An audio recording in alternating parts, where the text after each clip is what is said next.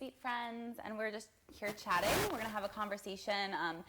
A couple posts back, I wrote, like, what do you want to hear on my YouTube channel? Like, what would you like more of? And one of the comments, I actually don't remember who, sorry, but she said she wanted to know more about burnout syndrome and, like, just tips. So that's what we're going to talk about. I think we all can relate to burnout syndrome and how crappy that feels. Burnout syndrome, I don't have the exact definition, but essentially it's a psychological, real syndrome that you experience through perception. You either feel like it's real or it is real, but it's in your psyche, and you feel like you're exhausted. You just psychologically, emotionally can't go on, and it can come through as like a panic attack or anxiety, a breakdown or anxiety, and it affects everything in your life. So we've all been through it before. Not me. Yeah, except Kaylee. But we want to just like offer some tips. Yeah. How we got through it. Yeah. So I find that prevention and everything is kind of the best. Prevention is the best medicine, right? Yeah. So preventing it before it happens. So setting yourself up for success. Like Kaylee was saying, making lists stress her out. Yeah. Whereas I need to have things written down. Must be like the Virgo rising in me. But I need to have lists, but I don't need too much on there, or else that stresses me out. So for me, it's like a couple things that I can accomplish in like an hour, and then I'm like, oh, I accomplished it. Yeah, preventative is huge for me. So I find that I have to get in the mind space of putting myself in a mind space where I'm not overwhelmed first and foremost. So even though I have 1,000 tasks, we all have so many balls in the air. Even though I have 1,000 tasks and I know that they're all there, and just sensing they're there can sometimes stress me out. If I put myself in the mind space of how fucking awesome that is, that I'm so abundantly like blessed to have all these things. And then when I'm in that mind space, it doesn't necessarily get to the point where I arrive at the place where I'm like, oh shit, I'm so stressed, I can't do anything. But sometimes it can. So first I say, put yourself in the mind space of abundance and gratitude. Yes. And then if that doesn't work, that's the phase one. If that doesn't work, phase two for me is then if I arrive in the space and I'm stressed out and I'm feeling burnt out, then recognizing I'm in that space is huge, and knowing, okay, I didn't have myself in the mind space, and that's why I'm here. So then once you get into that then here's what to do. Exactly. Then it's like all of these. Yeah, I like that. things. So it's a prevention of like, thank you. Oh my god, I have all this stuff to do. How fucking great, awesome. Yeah. I'm so blessed for that. But like, let's now one thing at a time, slowly, and then if you go past that and you get overwhelmed, then what do you do? And then it's like, okay, I'm here, and I'm stressed, and I'm feeling anxious or whatever, Yeah, and I think we both do this. For me, I realize I put my phone on airplane mode. I shut out the world. You're really good at that. I shut out the world because that constant, I'm the type of person, I'm the zero inbox kind of girl. I think you can probably relate to this. You're even more so than I am, but I do not like, I'll put them away in folders. I'm not actually responding to them. Some of them I am, but I don't like the flashing, like, you have messages, you have text, so everything has to be at zero for me.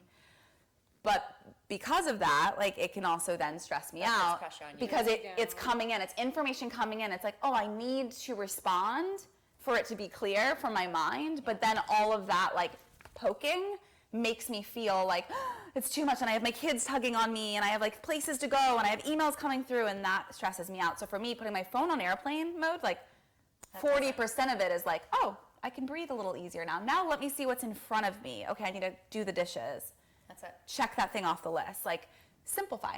So once you if step A doesn't work and you get to step A and you recognize you're there, then it's how can you get out of that space as quickly as possible. Exactly. And that's how you do it. For me, it cuts out half. Turn it off and then focus on everything else. Focus on the other things that are tangible and a little more real. Yeah. Like the other things can wait. They're emails. Yeah. They're text messages. They matter, but you can come back to them. No one's gonna be like, why didn't you answer in 27 seconds? We're so used to that instant gratification that I think we put that pressure on ourselves because we expect it maybe from other people. If you're sending out a text, you're like, I want that instant gratification. So when you receive a text, you automatically feel the pressure to respond back in that moment. Exactly. And that's why so many people are texting and driving and doing all this other stuff. It's in the moment. It's totally in the moment. And I need it. Yeah. So we need to just. The world will wait. Still go on. It will wait. It will be your best friend. Their purple sweater. Or whatever it is. Yeah, or the biggest work thing. They're not expecting. They're actually not expecting you to respond right away. So take your time. Yeah. What else did we talk about? Saying no is a big one. So great at that one. Yeah. Taylor is she's been helping me out big time in saying no to things. if it doesn't align with me, my brand, or just my first initial instinct. And I think when I ignore that first initial instinct of I shouldn't do that, and I numb it or kind of push it away, then I go through with it and then it ends up not being good. Instincts are everything. So our instincts are so knowledgeable, and when you let your instinct get clouded by your thoughts or your feelings, which are actually on a different level consciously, on a different conscious level, we can crowd out the instincts, and we can suffocate it with the thoughts and with the feelings. The mind. And if you let the thoughts and feelings take over, the instinct will be drowned out. And following your instinct you're really good at that. It's a very beautiful thing. And it's the only way you can hear your instincts is by using it. And by shutting and by off listening. The thoughts and the feelings. And just, but that first initial gut response is everything. Yeah. And if you miss it, then you might drown it out. Then you start to follow your heart and go by how you're feeling. Yeah. That's okay too. That's not bad. But instincts are so much stronger. It's a very primal way of our bodies to communicate with us. And that's how we succeed in life. And you're fantastic at that. Thank you. Yeah. Except for when I drown it out and then I get into trouble, but that's okay. But as soon as you recognize it, you get back to that place. I do. It's a learning process. And that's how we perfect it. I think also setting boundaries in relationships, like what's expected. I think for me as a mom, a lot of times I get all of a sudden I've got all this stuff in my plate and I'm like, when did we decide that I was the one responsible for dishes and grabbing this and the groceries and this and I'm working full time and and picking up the kids. Yeah. Is it right there? Leo's joining us. So you can come in. We have a guest. We have a guest Leo. Appearance. A guest lion. Leo the lion. So yeah, I think in relationships that's a big thing too, is setting boundaries and like both work relationships. That's a big one. Yep. Even friendships.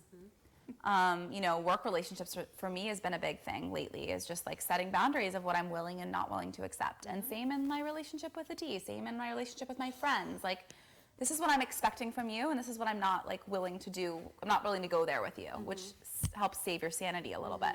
Something else I think with you and I that's been working really well lately is finishing tasks, having an idea of what we want to do. What do we want to accomplish? Yeah, and not doing 10 things at once. Yep. It's like, let's get this done and then move on. Check it off. Get this done and move on. And I think that's so important. For me, I need that support because I do get scattered. So when you're there, it helps me to. So that's another thing. That's a great tip. Having a person that holds you accountable. For me, that's the third step. Can support you. Because if you first miss A and somehow you're not in the mind space and you get yourself to that crazy place and you can't recognize that you're in the crazy place, then step C is that you need someone else to pull you out of it. Exactly. You can't pull yourself out of it. And knowing that. Recognizing that and being like, it's okay to ask for support. Hey, Taylor, I'm super overwhelmed right now. I need you to come over and just help me. I know it's not your day with me, but like, I need help or I'm never going to get through this project. Hey, Kaylee, I'm struggling right now. I'm feeling really over. I did that today. I texted Sophie and I was like, can you please get tickets? I'm in the car, blah, blah, blah. And she did it and was there. So, yeah. It's fantastic. You need to use your friends in your support system. Absolutely. Anything else we should add? I think just also self-care is a huge prevention thing. That goes along with step guys. I love you too. Yeah, self-care, I mean, and that goes along with the mind space. If you're taking care of your body and you're giving yourself time to restore and to regenerate and just to have sort of a space where nothing is bombarding you, even if it's just for 20 minutes a day, daily meditation, then that helps the preventative stuff, which also trickles down to all the other levels. So self-care is massively important. Exactly. It's huge. Exactly. And not a lot of people do it. We all say, oh yeah, I take care of myself, I eat well or whatever, but go get a massage or take yourself to acupuncture. Kent was saying just go take yourself to get a latte. Have quiet time, like sit with your journal. Read a book. Whatever. Something that nourishes you. Yeah. I think that's good. Be in a deep and committed relationship. Yes. That's the most important one. Right, Leo, than I am? Well, thanks everyone. Ken, anything that we should respond to, or do you think we good? Yes. If you guys have any tips that we didn't mention, put them underneath, comment on us so that we can see them too, because I'd love to hear what you guys do to help prevent Burnout Syndrome. And comment for everyone else.